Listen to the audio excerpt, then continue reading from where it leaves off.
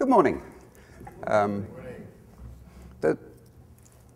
probably wondering what this talk is about. I just stuck this down. I'm going to sort of touch on these things: performance, correctness, blame, and guilt. And first of all, performance. There's a common thing of people who design programming languages care about correctness, not about performance. The performance problem is solved. It's really easy. If you've got a program, you take a program and you want it to go 1,000 times faster, just wait 10 years. It goes 1,000 times faster. So that's solved. If you want it 1,000,000 times faster, you wait 20 years. So that problem's solved. And that's why Erlang's really fast today, because we waited a long time.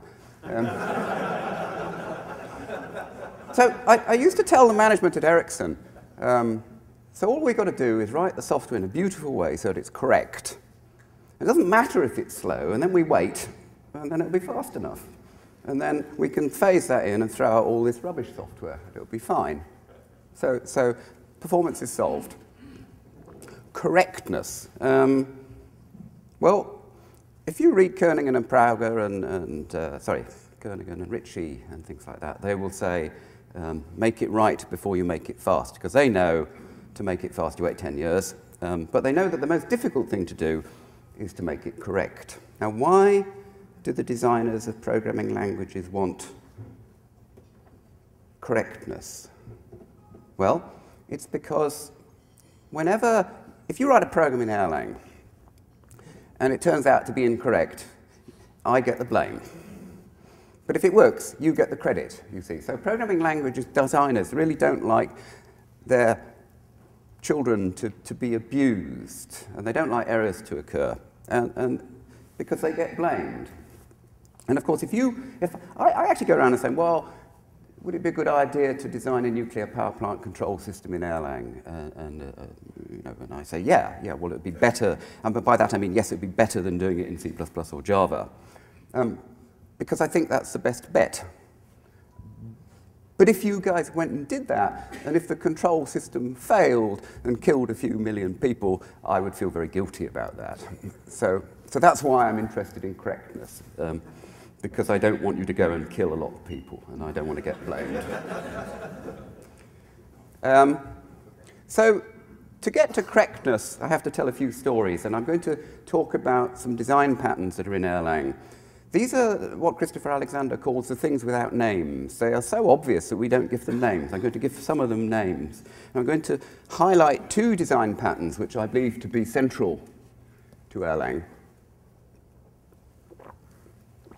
And I'll try to tell you why. So it's a rather checkered story. Erlang will sort of come in at the end, perhaps not at the beginning. You might not see where I'm going in the beginning, but the threads will draw together as we go on. So, right, so are you sitting comfortably? Yes, good. Right, then we'll begin. So, once upon a time, in a far-off, snowy land, Gunnar M. Eriksson asked me a question. He was the managing director of LMTEL, where we worked at the time, and he said, he sat down next to me at lunch, he said, look, I've heard Erlang's pretty good. You know, people tell me Erlang's, he's not a technical guy, but he talks to people. He says, Erlang's pretty good, and C++ is pretty good. So we've got this Erlang, and we've got this C++, so why don't you just sort of glue them together? And so I replied, well, Erlang's like Meccano. Meccano's very good. Did any of you have Meccano when you were kids? Yeah, I loved Meccano. So I built all these things. That's not me, actually. So Erlang's like Meccano. You can build wonderful things with Meccano, and they're absolutely beautiful. And C++, it's like Lego. You know, Lego's wonderful. I didn't actually like Lego as much as Meccano, but it was okay. My kids like Lego more than Meccano. But there isn't any glue. The glue that you use to glue Meccano and Lego together doesn't work. Can you imagine making something out of Meccano, all these little metal things, and something out of Lego, and you just what do? You go to the store, buy a big tube of araldite, stick it together, and it's a mess. Right. So what's all this got to do with Erlang? Absolutely nothing, you're thinking, but somehow. Okay, so I want to look to the basics of programming. So at the deepest fundamental level of programming, we have black boxes. So that's a black box. Well, sort of black circle, or a process. And really, we would like two levels of abstraction. One level of abstraction says what's going on inside the black box. And the other level of abstraction says what's happening between black boxes. So this is a C or a C++ or a Java or a blah or a blah or a blah or a Ruby or a program, because they're sequential. You've got one black box because it's a sequential language. Well, Erlang's slightly different. That's Erlang. You've got lots and lots and lots of little black boxes. Well, round things. And they send messages to each other. And you can derive an awful lot of information. So this has been changing with time. So I saw the Concurrix displays yesterday, and they were showing exactly these pictures and visualizing them in a beautiful way. And it struck me that this is fantastic. This is a quantum leap in abstraction, because it says we can understand how a system works without understanding what's happening inside the black boxes. Now, most people have been looking inside the black boxes and trying to understand how they work, and I think they've been looking in the wrong place. They shouldn't be looking at inside the black boxes to understand how programs work. They should be looking at how the things are interconnected and what they do. Right. So if we've got something like this at a macroscopic level, what does it look like at a microscopic level? Well, we have to understand this. Now, why do we want to understand this? What's the reason for wanting to understand that? Well, the reason is that programs don't work. Okay, they haven't worked for years. They didn't work when I started programming. They still don't work now. And I think the reason for that is that we can write little programs, but when we write big programs and glue them together, they don't work. So that's a glue problem. So let's look at the glue problem. And am I the only person in the world who thinks that? No. Oh, good. But I thought I'd find some quotes. So, you know, Richard O'Keefe, he writes on the mailing list wonderful, insightful comments. And on his homepage, he said, I would sum up my research interest by saying, everything connects. And my biggest problem is just about everything is interesting. And what have we got? My biggest concern is that most programs don't work, and hence my interest in software. So I think, you know, Richard wrote this, but this could be on my homepage. I could write this. This is exactly what I think. Yeah, everything is interesting. Everything does connect. Yeah, programs don't work. So is there anything we can do about this? I'm going to have a quiz. Actually, it's a quote. The quiz is to name where the quote comes from. And there's one person in the audience who I think will get it really quickly, because they said yesterday. So they're not to answer. I don't want you to answer. We'll leave you guessing until the end. Okay. So here's a nice long quote. I'll read it to you. It soon became clear from a study of the system. It soon became clear that a study of the system was nearly impossible. Its dimensions were simply awesome, and documentation accordingly sparse. Answers to questions that were momentarily pressing could best be obtained by interviewing the systems designer, who were all in-house. In doing so, we made the shocking discovery that often we could not understand their language. Explanations were fraught with jargon and references to other parts of the system which remained equally enigmatic to us. And you're thinking, hey, they're describing my company. This is Ericsson. You know, fantastic. No, it's not. It's not Ericsson. But it's pretty typical. There's another quote from the book, same book. And had I not repeatedly experienced an inadequate and frustrating program, could be programmed from scratch in a fraction of the source code used in the original design. Yeah, sure. Why do we write things from scratch all the time and re-implement things? Because it's quicker than finding another program that does it. We can't find that program. And if we did find it, it does something slightly different to what we wanted, and it's quicker to write a new program than modify the old program. Okay? So we all know that.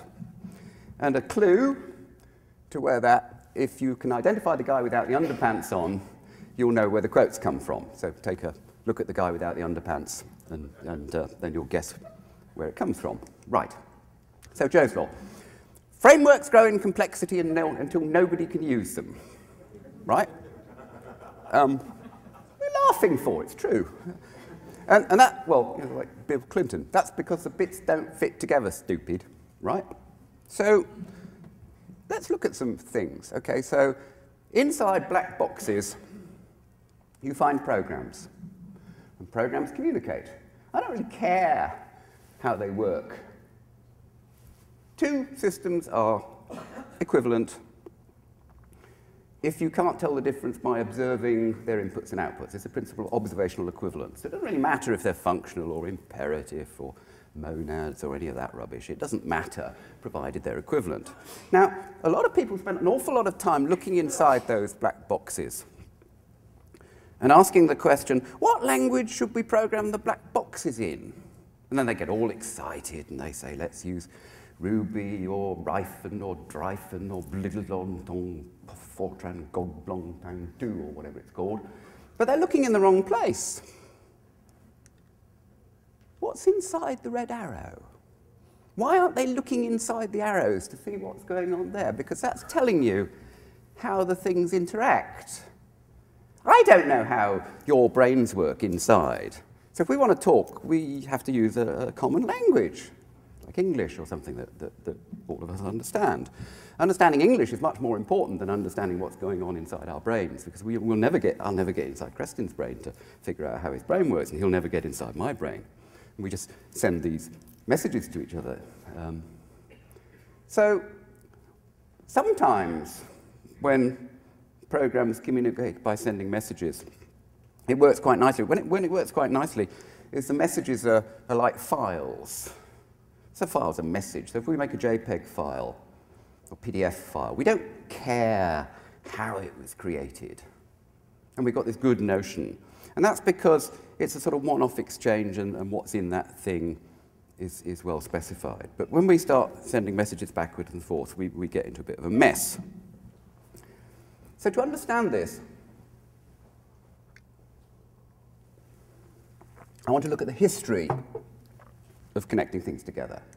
Right, so this is a quote from McIlroy. McIlroy was Dennis Ritchie and Brian Kernighan's boss at Bell Labs. And this was the kind of specification of Unix. And there's some typewritten notes. If you go to Dennis Ritchie's, there's a web page, still his website's still there, despite the fact it's passed on, and it's got these wonderful source of information. And there, this is a spec for Unix, okay? And it says, point one, we should have some way of coupling programs.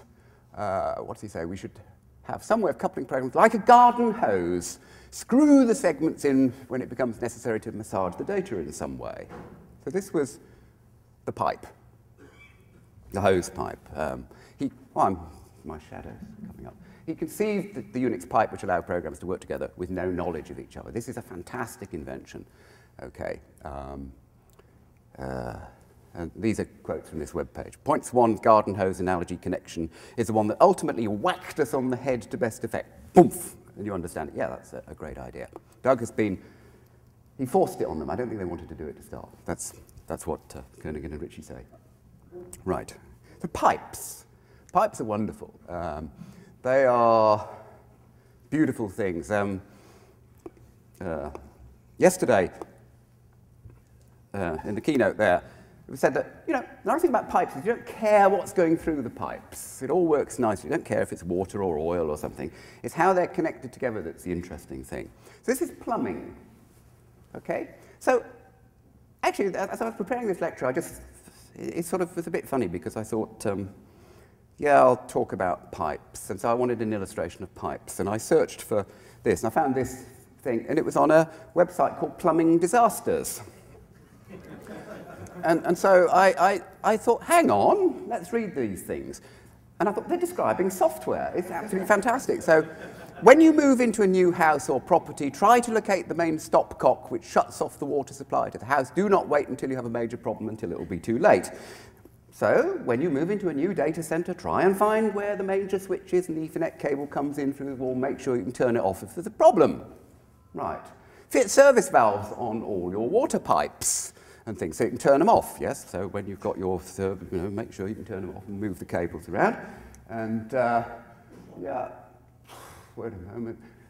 If you've got a leak and you've no idea when it's coming from, call a professional plumber who will analyze your system, you see? Now, you guys have built these tools to find out where the leaks are. You're the professional plumbers. And oh, look, it's leaking over there. And water all over the floor.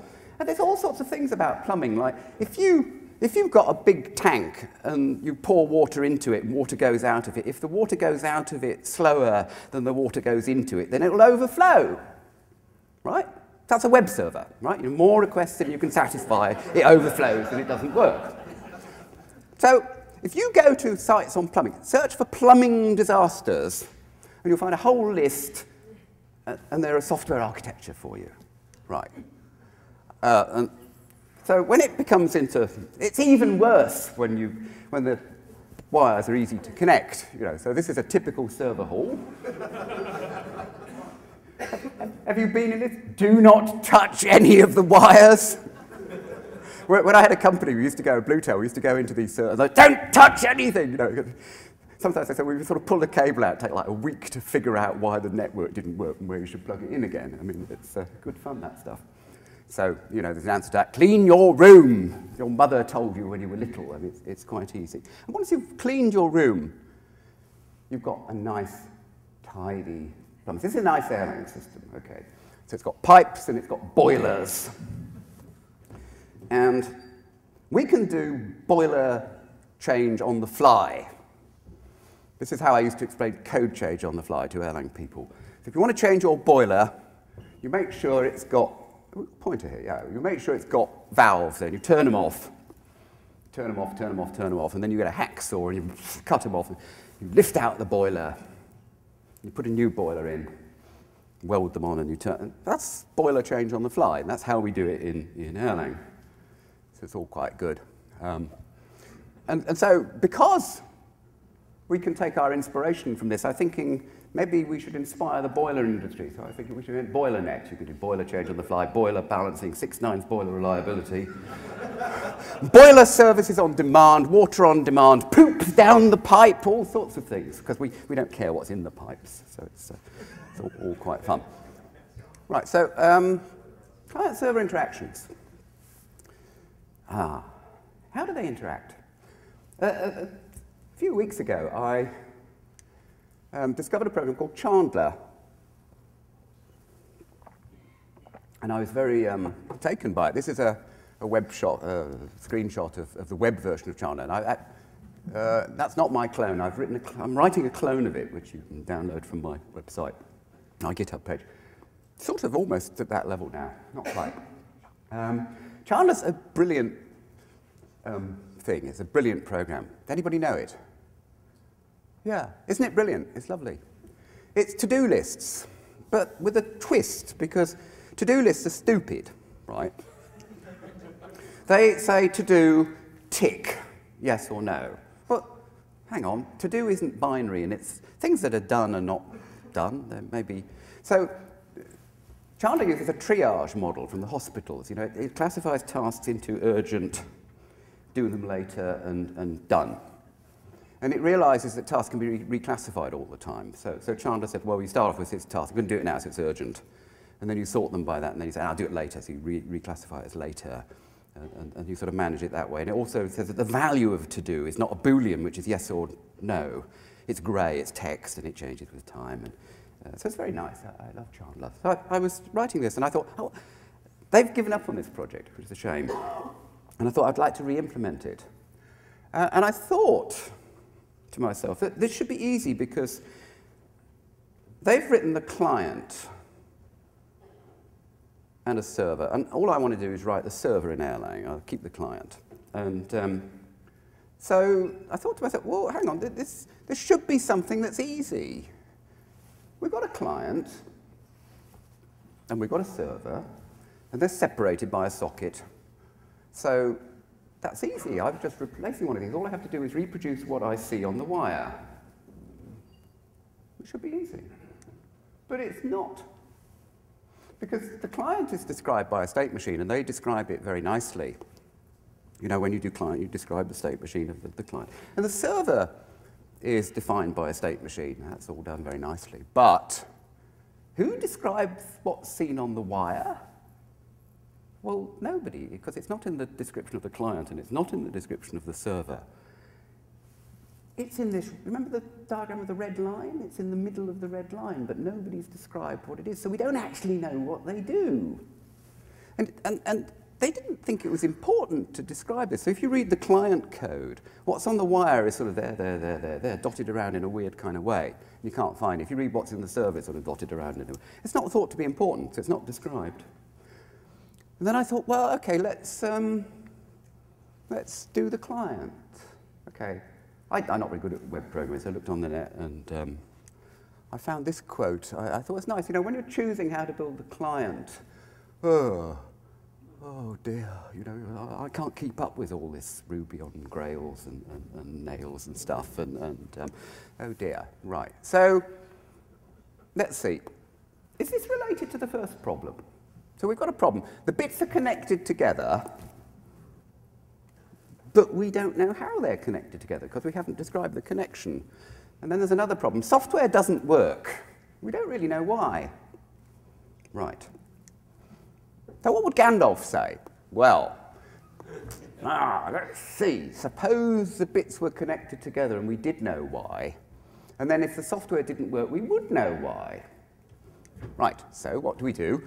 We put a contract checker in the middle. This is the notion of a contract checker. That describes what's going on the wire. That's a sort of legal thing. And I learned this many years ago. This was my first big mistake in software. You know, I was about 28 or something like that, and a good age to make your first major disaster. So I worked for the Swedish Space Corporation, and we were building a satellite, and the satellite was delivered by Boeing, and Boeing had written a load of software, and I'd been involved in the contracts and everything, and we wrote a contract, and we wrote a test document, test procedure. 2 weeks of testing, heavy testing. I had to pass all these tests. It was to be connected to some other equipment that also had tests, and I wrote all that stuff. We went to Boeing and tested it. It took 2 weeks, and I signed off. It works. I went to this other company, and I signed off. It works. And we took them both back to Stockholm and connected them together, and they didn't work. Right. And then I went to Boeing and said, when I connect it to the other stuff that it's supposed to be connected to, it doesn't work. And they said, well, that's your problem, mate, because you signed the agreement that it's accepted. And I went to the other people, and they said, well, that's your problem, mate, because you signed the agreement. We had to rewrite all the bloody software, all of it, to make it work. I mean, so I never believed this stuff, because there wasn't a contract for what was in the middle. There was if that was Boeing at one end there, and that was our other supplier there. We had contracts with both of them. Fine, but when we connected it together, it didn't work because we didn't have a contract for what should happen in the middle, and we should have brought both of those things together, put them in the lab together, put the contract checker in the middle, and the contract checker would say which of those two guys is faulty. Otherwise, it works. That's the contract checker. Contracts, right. So, purpose of contracts, as you all know, is to assign blame when things go wrong. That's why we have lawyers. If nothing goes wrong, you don't look at the contract, but if things go wrong, you look at the contract and you assign blame. So here's the contract checker, sort of, it will pounce on you if you make a mistake. So I kind of thought, well, this is it's funny. So there are companies that make clients, and there are companies that make servers. So there's like 2,000 RFCs or something for major things. So there's like 2,000 business ideas. There's 2,000 companies waiting to be made there. To go and, that's not a business idea, that's a meta business idea. It's how to form 1,000 companies. Things like Wireshark would be greatly enhanced if they not just sort of printed out the binary messages that go backwards and forwards, if you had a contractual thing there that said that is now not following this contract. Right. So if we've got contracts, where do we put them? Well, it doesn't really matter. Might put them in the cloud, might put them somewhere else. How are we going to write the contracts? Right, so let's look at a bit of history again. Postel's law. An implementation should be conservative in its sending behavior and liberal in its receiving behavior. This is what I call his making matters worse law. Because, you know, if you get a sort of message that comes into your system and you're kind of forgiving and say, well, you really meant to do that, so I'll correct the error, and you pass it downstream, you're just making matters worse. It didn't matter when Postel was doing it. It only had sort of two things connected together, and you didn't have malicious hackers in the network. Now we have hundreds of things connected together. And if you pass errors on downstream, you just make matters worse. Also, Postel was assuming that the people who were sending him bad data were doing so for good reasons. You know, they just made a mistake in their code. People might send you bad data for bad reasons. So, for example, if I send an HTTP request, byte at a time with a 1 second delay between, and open up 5,000 sessions to do that, it's probably a denial of service attack. But Postel would say, oh, it's just the programmer who's made a mistake, I'll correct this. You see, so it's not a good idea to do this. So we should actually do the opposite. This is Joe's law. Crash, crash, crash, crash, crash as soon as possible. Right. Oh, and fail early, fail fast, crash, no defensive program, don't accept data, blah, blah, blah, blah. But it's the don't, these are sort of fail early, fail fast, crash, and all that stuff I usually say. They're all instances of this rule, which is the don't make matters worse rule. Okay, that's a meta rule. Right, we don't want to make matters worse. Right. Postel actually had a little bit of a point, because at the time you only had sequential programming languages. If you've got one process, crashing's a big deal. Because nobody else can correct the error. Erlang is not a problem. You've got zillions of processes floating around, and they have different roles. Some do jobs, others correct errors. So if you're thinking in, you know, this one process, horrible, you know, C++, Java, Ruby, you name it. Horrible, because you've only got one place to fix the error. In Erlang, you've got zillions of alternatives to fix the error. What about the language on the wire? Right, so Postel again. I think, I was going back in the history of RFCs. The first RFC I could find that used this protocol of a verb, or keywords, mail from, and a numerical reply, 250 OK, seems to be an RFC 821, which was the simple mail transfer protocol by Postel and his friends. Bad ideas in computer science anywhere are sticky. You see, if the first idea was a bad idea, then because it worked, people sort of repeat it into the next idea, right? So, 1,791 RFCs later, we get HTTP. Get, 200 OK. Right.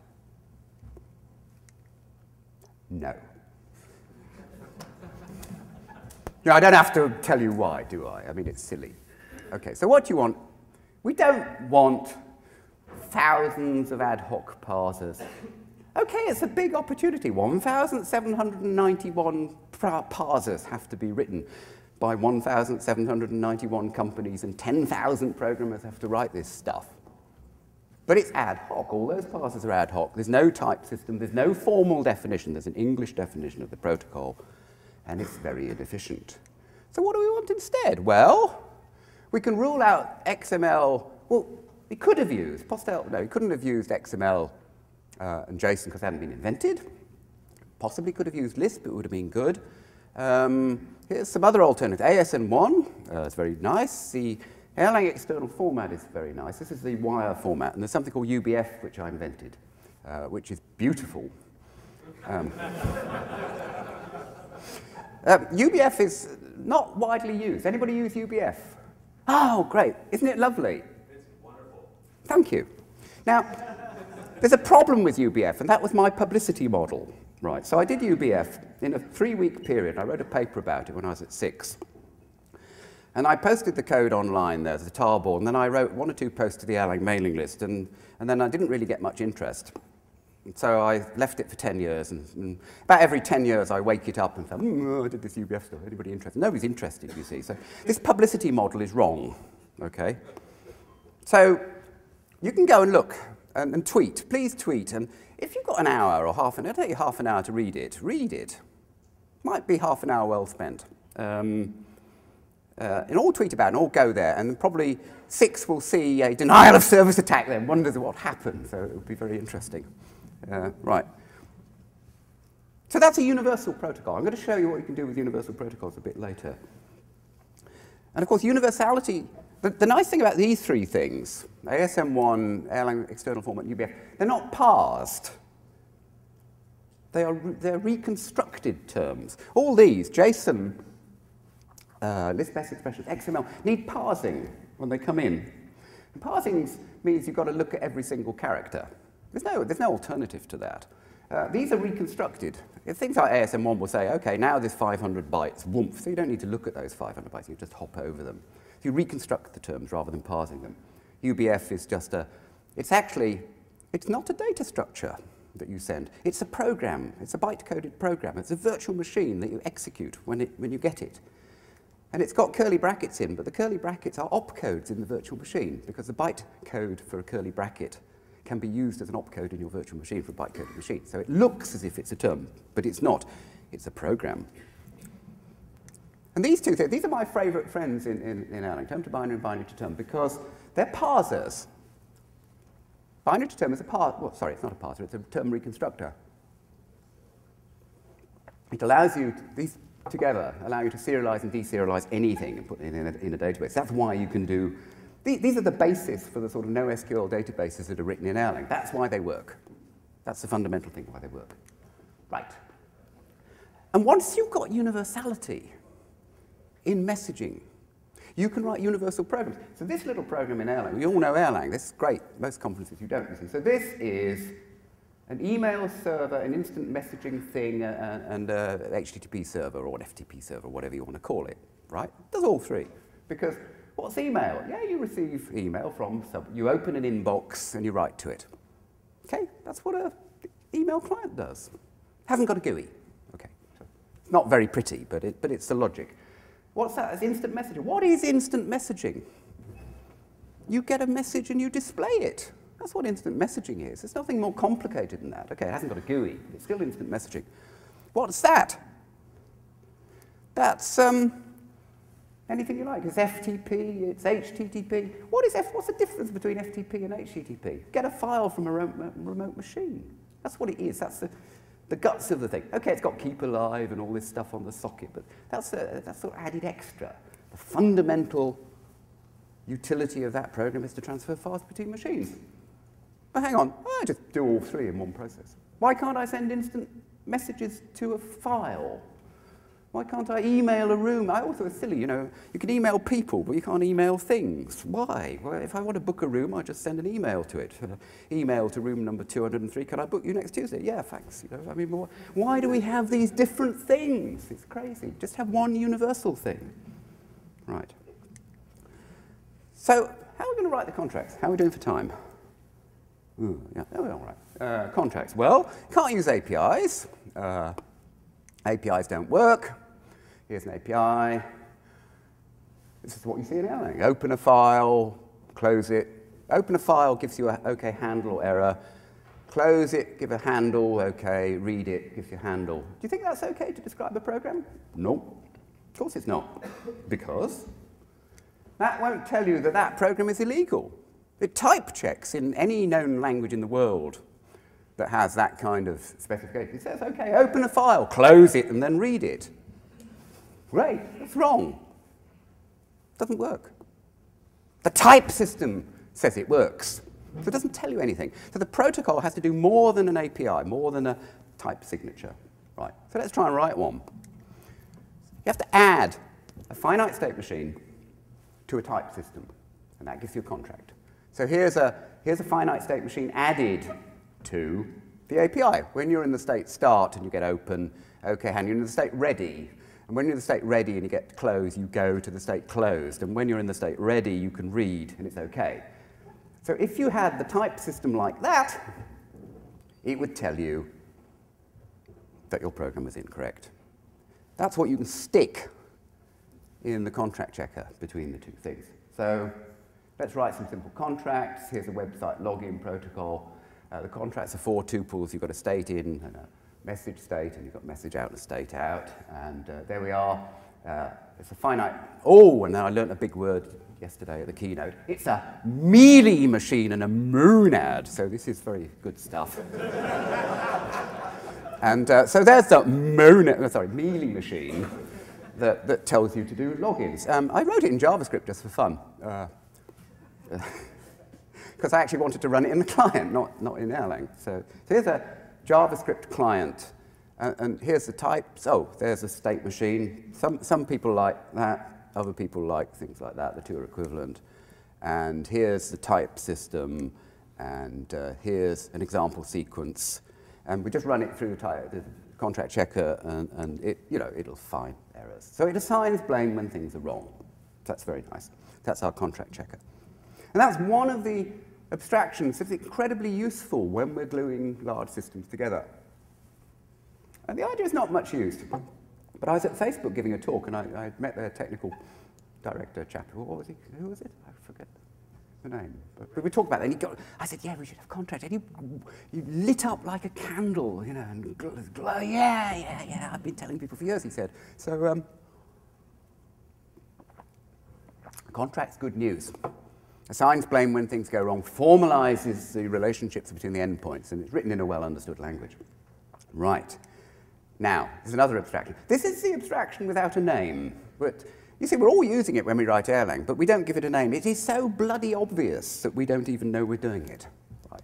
Because when you write code like this, forget it, I'll go forward. The example I showed you. When you write code like this, you are communicating with things on the outside world that you believe to be Erlang.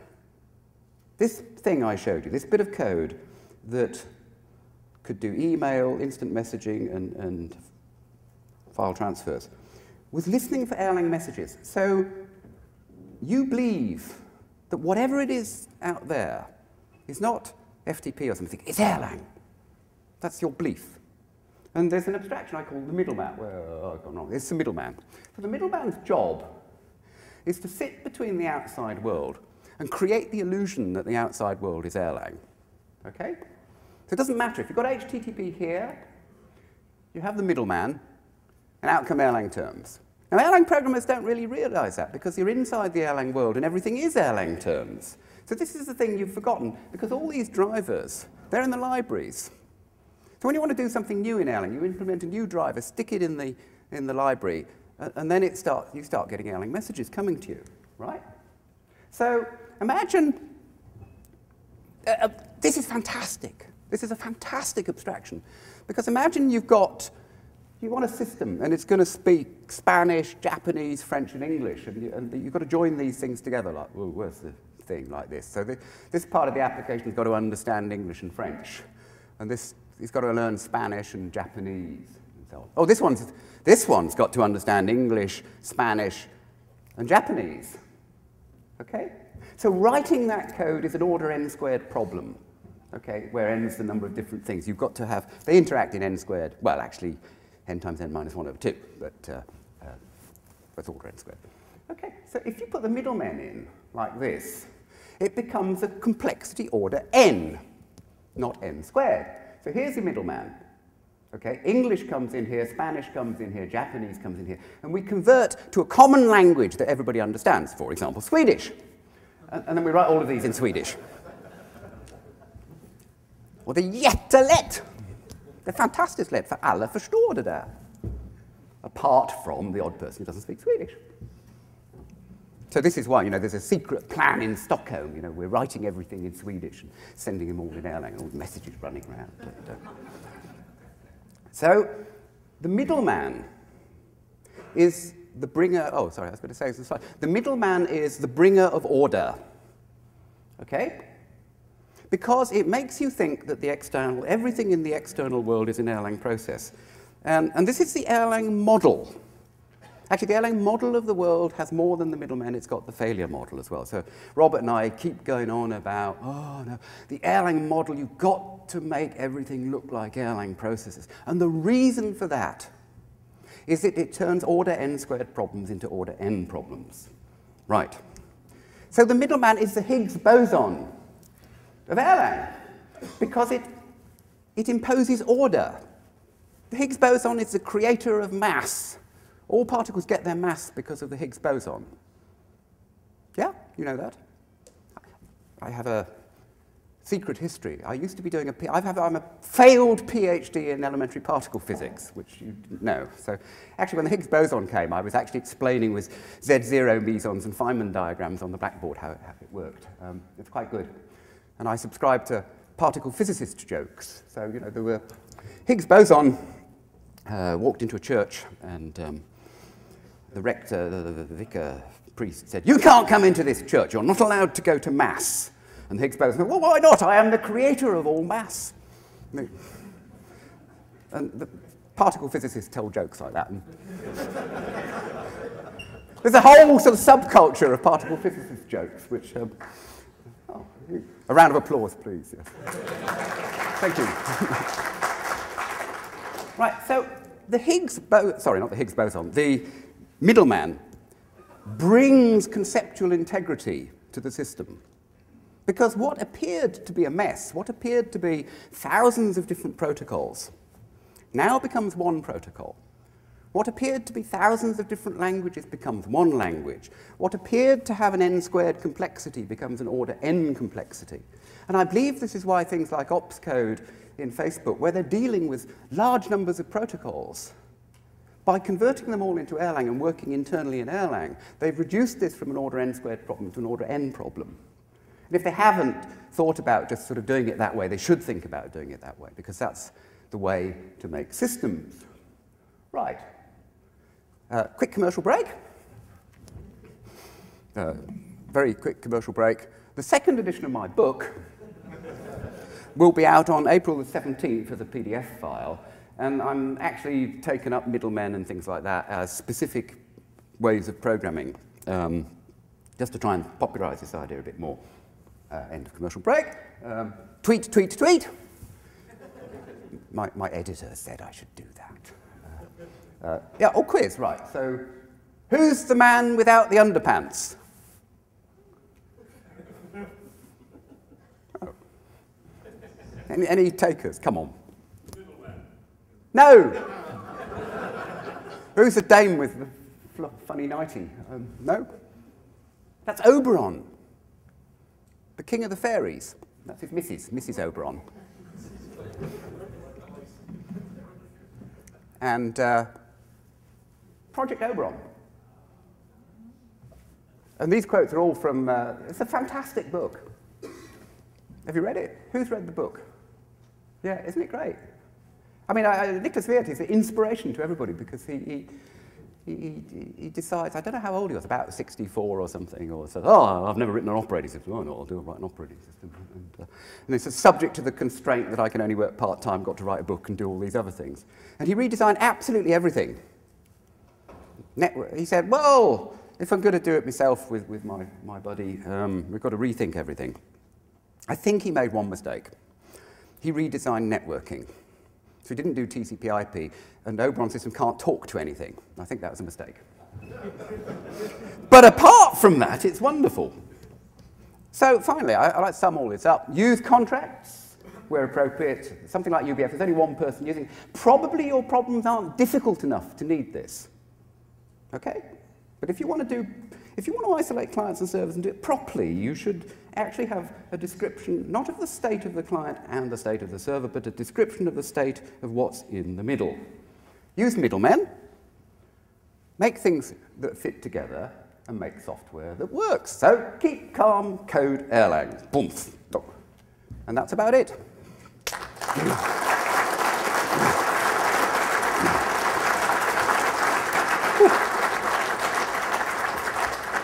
code. Any questions? A man at the back. Joe, what's your experience with tying together contract descriptions with things like buffer or quick check? I haven't done that, so I don't know. Could you repeat the question? Oh, sorry. What's my experience in tying together things like UBF with contract checkers and things like quick check or proper? Answer, don't know because I haven't done it. No experience. But I mean, I think it'd be a good idea. A fantastic idea. Have you done that? I have. And what was the result? The result was contract worked. The development of the clients was completely independent of the servers, and we put them together, and it actually worked. First time? First time. Yep. Think about the contract check. It's amazing when you run that. I have done some little projects with contract checkers. And when it says ... wrong, and you look at it, you go, no. Right. I can't see those little spelling mistakes you make and the little things you make. The contract checker sees it and it tells you that's wrong, that's wrong. No questions? Understood everything? Okay, well, thank you very much.